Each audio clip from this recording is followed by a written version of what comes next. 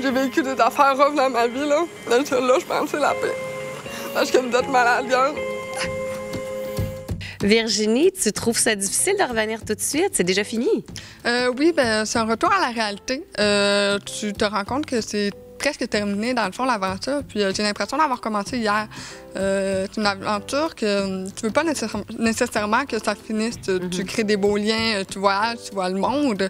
Puis là, 3 mois, je me disais, je m'en vais peut-être faire le tour du monde. Puis là, j'ai fini. Donc c'est spécial de vivre ça présentement.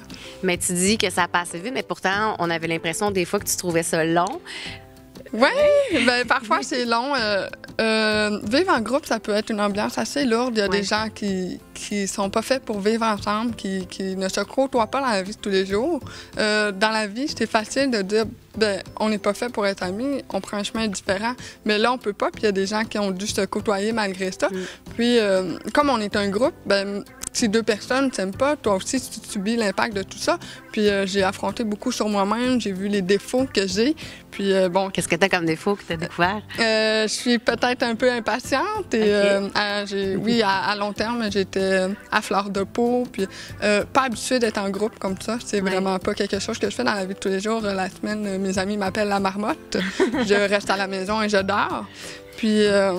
oui, c'est un gros changement. Oui, non, c'est ça. Puis c'est surtout aussi d'avoir d'avoir réalisé beaucoup de choses par rapport à ma surdité, que j'ai des limites dans la vie, puis c'est peut-être ça que j'accepte moins. Je réussissais pas à comprendre pourquoi ça me faisait autant de peine d'avoir un handicap, mais Vol 920 me permet d'avancer maintenant parce que je le sais que c'est à cause des limites que j'ai, comme lorsqu'il fallait que je parle en anglais au défi des poupées, puis dans les défis d'eau, il fallait que j'enlève mes appareils, en altitude, en avion, en Autriche.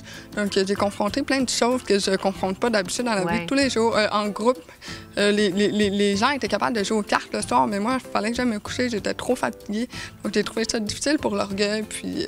Tu étais souvent mise face à ce que tu appelles tes limites là, par rapport à ta surdité. Exactement. Mais en même temps, tu allais là pour montrer qu'avec un handicap, des limites, on peut quand même réussir sa vie. Ça m'empêche pas de faire les mêmes choses. J'ai quand même été en Autriche avec eux en altitude, même si ça l'a fait mal, ou j'ai quand même ramassé des algues dans l'eau, j'avais pas mes appareils, mais si j'avais la chance d'être avec un groupe exceptionnel qui compensait mes problèmes. Donc, Puis je pense que tu as inspiré beaucoup de monde en faisant ça. En tout cas, nous, c'est ce qu'on notait sur les réseaux sociaux, là, vraiment. Donc, tu as été une belle inspiration pour les gens, puis je pense que tu vas pouvoir le constater. Merci.